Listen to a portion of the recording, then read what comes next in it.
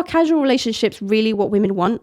The feminist movement pushed the ideology of sameness between men and women. It's this ideology of sameness in all regards that drives the normalization for casual sex among women under the guise that because men want it, women should want it too. There is no question that this agenda is destructive in nature. By promoting sex outside of marriage, we do harm to women and children they bear by letting men run from their responsibilities once children are born. Marriage is fundamentally a means of holding men accountable for their offspring. Fathers are important in developing healthy, emotionally balanced and successful children. The consequence of men not being held to their parental obligations through marriage is a high rate of single parenthood, usually single motherhood. This puts an emotional and psychological strain on women who are confronted with the reality of being both caregiver and breadwinner simultaneously.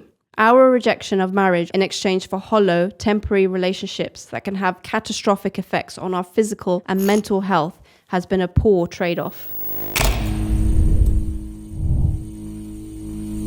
Many factors have been touted as the major cause of the sexual revolution, from the contraceptive pill to the widespread marketization of women's bodies for the commercial industry, to the normalization of pornography, to even the discovery of penicillin. I think that whilst all these factors helped the trend keep going, the major trigger which led to the point of no return was World War.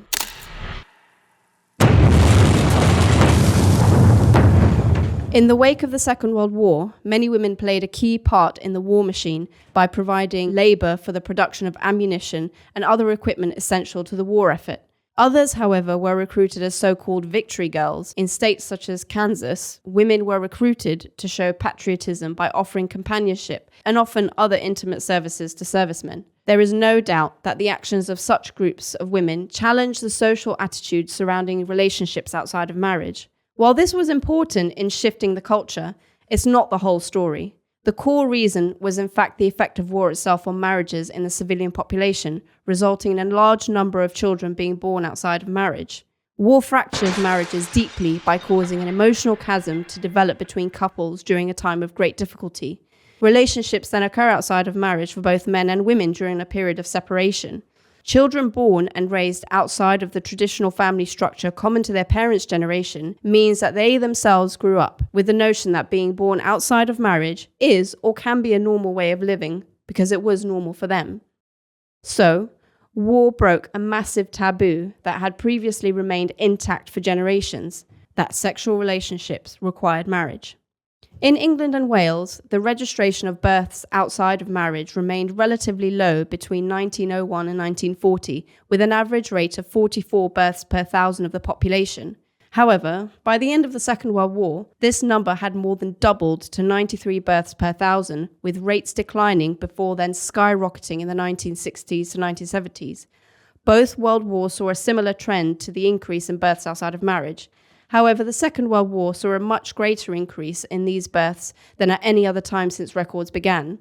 According to records, the rates of births outside of marriage after the First World War seemed to decline close to what they were previously, but after the Second World War, they never recovered to pre-war levels. This may have been because during the early 1900s, remaining within a marriage despite any potential misgivings with it was very much an economic necessity, with women not commonly having any independent financial stability. After World War II, however, women became more financially independent from their husbands due to their entry into the labour market, in an effort to help recover the national economy. Women, once financially independent, felt less of a need for a man to support them, and this translated to more children born outside of marriage. To put it into perspective, at the start of World War II, only 5 per thousand single, divorced or widowed women had children outside of marriage. By the end of World War II, this had tripled to 15 per thousand, and by 1968 this had increased by almost fivefold, with 23 per thousand women having children outside of marriage that year. And that's just the cases we know were correctly registered.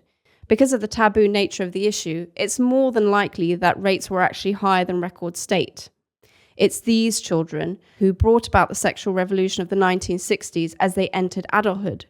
These children, being born outside of marriage, would have helped normalize relationships outside of marriage, and so the culture surrounding marriage and having children outside of wedlock changed in a single generation, all because of the effect of war. Oh, brother. Look at that hair. As attitudes towards casual sexual encounters changed, advertising and media moguls began to realize the extraordinary potency of commodifying women's bodies to sell their products. This ultimately resulted in the sale of women's bodies themselves through pornography. Indeed, post-World War II, the widespread publication of magazines such as Playboy began pushing the sexualization of women into the mainstream, with its first publication selling 50,000 copies in 1953. The normalization of pornography then gathered pace with an explosion of men's magazines depicting increasingly more explicit images of women during the 1960s and 70s. Many women were duped into thinking that their freedom lay in the enslavement to the men's gaze. So, with the normalization of casual relationships outside of marriage, the commodification of women, and the public availability of birth control pills in the 1960s, attitudes towards a potentially risky sexual encounter changed.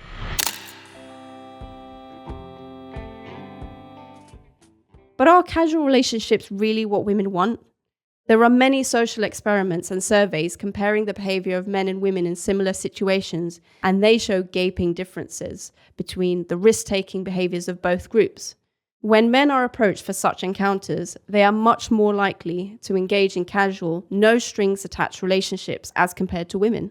In one famous study conducted at Florida State University, 48 male students and 48 female students were approached by someone of the opposite gender, proposing a sexual encounter that evening.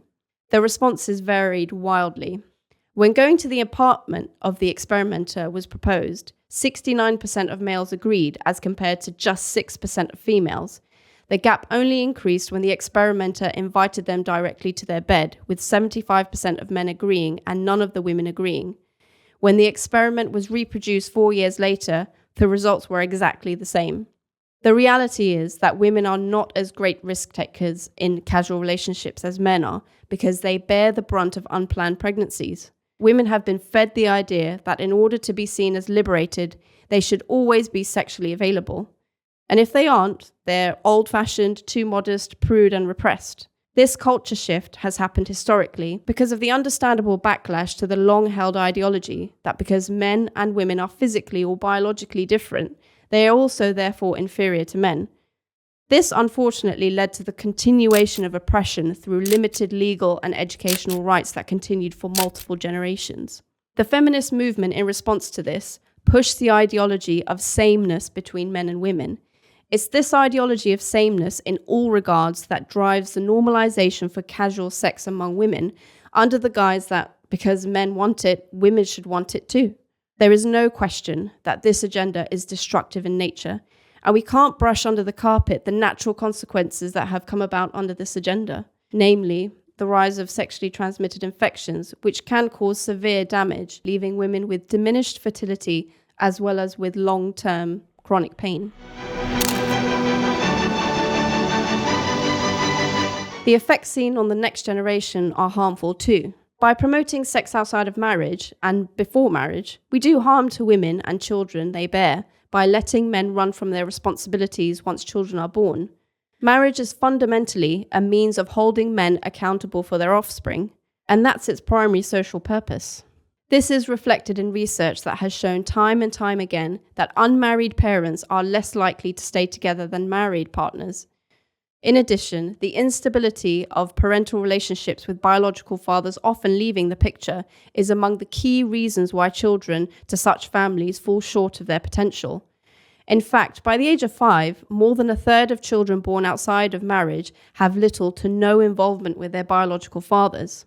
Children who live with single or cohabiting parents fare worse as adolescents in their educational outcomes, risk of teen birth, and attachment to school. These issues only multiply when expanded from an individual to an entire population. Fathers are important in developing healthy, emotionally balanced, and successful children. The consequence of men not being held to their parental obligations through marriage is a high rate of single parenthood, usually single motherhood.